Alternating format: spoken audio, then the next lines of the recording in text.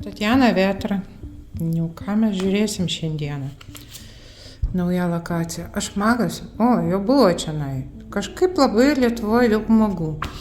Aš galiu realizuoti savo norus. Aš turiu visą instrumentarijų ir aš iš tikrųjų tai galiu padaryti. Ir kame problema? Nieko, tai mano tikslas. Kažkas čia mane vyrai žiūri, ne? Aš nusibrėžiau tikslą ir aš visada jo galiu pasiekti belia kokiamis priemonėmis. Ir kažkaip tai įdomiai tas tikslas susijęs su jausmų istorija, įsimylėjimu, su pilnatvė, kūrybingų proveržių, su įkvėpimu. Bet būtent tikslas, kurio aš pasiekiu belia kokiamis priemonėmis. Ir dar plus magas. Aš tai galiu padaryti ir aš tai gebu. Labai graži istorija. O tai ko jūs žiūrit? Dėlionės. Kam jums reikalinga dėlionė? Turtas. Prabangi moteris, kuri viską daro savimi. Aš noriu gyvenimo šventės su ją. Ir lėtai, net nelėtai, sakyčiau, jausmų pilna. Aš jaudu link tos šventės ir kas tame bėdos šventėje. Tai mano svajonė. Viskas toliau. Tai mano svajonė ir žinau, kad tai turi būti. Gerai, kokios kliūtis? Kodėl jūs žiūrite dėlionę? Todėl, kad man aišku, kas jums aišku, kad tai abipusi jausmai, pilkų, apie kuriuos, o gal aš prisigalvoju, supratau. Man aišku, kad aš šią abipusę istoriją prisigalvoju. Jeigu dvejetas turi iškrenta dėlionė, jūs neprisigalvojat. Čia yra konkretus atsakymas, kad tie jausmai jaučiami ir kitos pusės. Bet jūs galvojat, kad tai yra jūsų iliuzija. Netiesa. Netiesa. Iliuzija. Iliuzija, kurioje man patogu būti. Ir iš kurios aš nenoriu išeiti ir aš dirbčiau į vietoj. Greičiausiai šitą istoriją problema tame, kad aš paskendau iliuzijose, turbūt, kad nėra abipusių jausmų ir todėl aš sėdžiu savo dabartinėse iliuzijose, kaip man patogioje vietoje ir tiesiog niekur nejudu. Tai noras noru, matymas tos moters kaip vertybės jūsų gyvenime irgi puikus. Bet tikslų, kaip sakoma, užsibrėžtų, aš galiu, jūs ne veltui iš karto deklaruoti pirmose 3 koruose, aš galiu jų pasiekti, tai jų reikia siekti. O kaip jie siekiami? Veikimu. Šitas personažas labai lėtai juda ir kartais visai net nejuda. Jūs jau apibūdinot save, kad aš žinau, ko aš noriu. Aš žinau, ir tai bus teisinga. Ir įjungiat turiu riterį, tai yra, jūs galite judėti jausmų pagalba. Ir turbūt, kad tai vienintelis būdas, kuris jums ko gero ir padės, bet trumpalaikis gyvenimo džiaugsmas, kuris pakankamai stabilus būtent su tą moterim. Kodėl apie tai jūs svajojate jau senai? Ir žinot, kad tai bus teisinga. Ir čia netgi, sakyčiau, kažkas pasipiršti gal žada. Tai gal pirškitės tiesiog. Tada ir patikrinsit. Gerai, žiūrim, kasgi jums čia gresia. Šaltas. Ir kas dabar?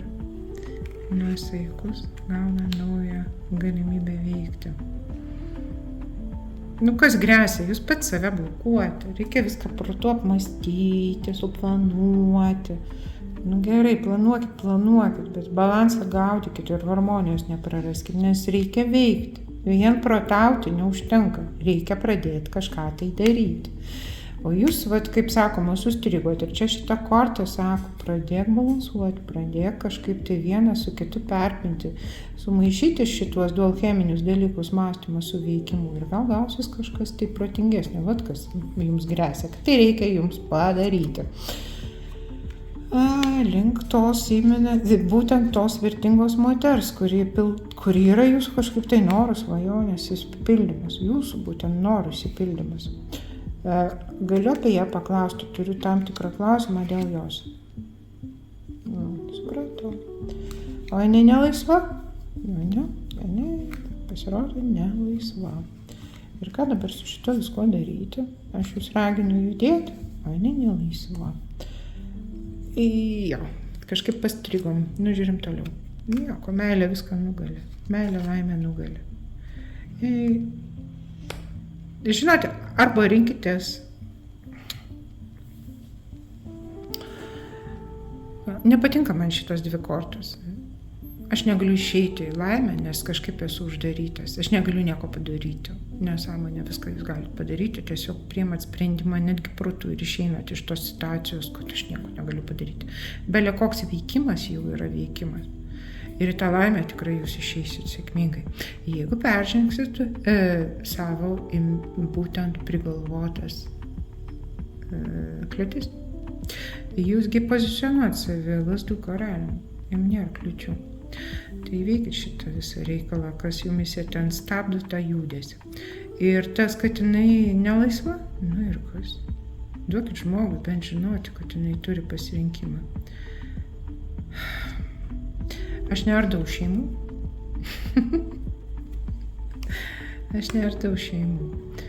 Bet aš informuoju, kad šeimos institutas toks biškį nugyvenęs. Ir jūs jau nerimaujat, jūs, ta prasme, niekad negalite apsiraminti šitame laukime, tas laukimas užtruko. Nelabai suprantu, ką jinai ten veikia jūsų gyvenime, ta moteris. Nejaugi moteris jūs vežioja už nosies, sakydama, kad jinai žada išsiskirti. Ar aš teisybę dabar kalbu?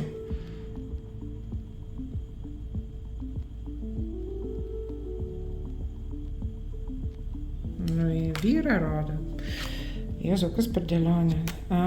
Nuo seno kartu.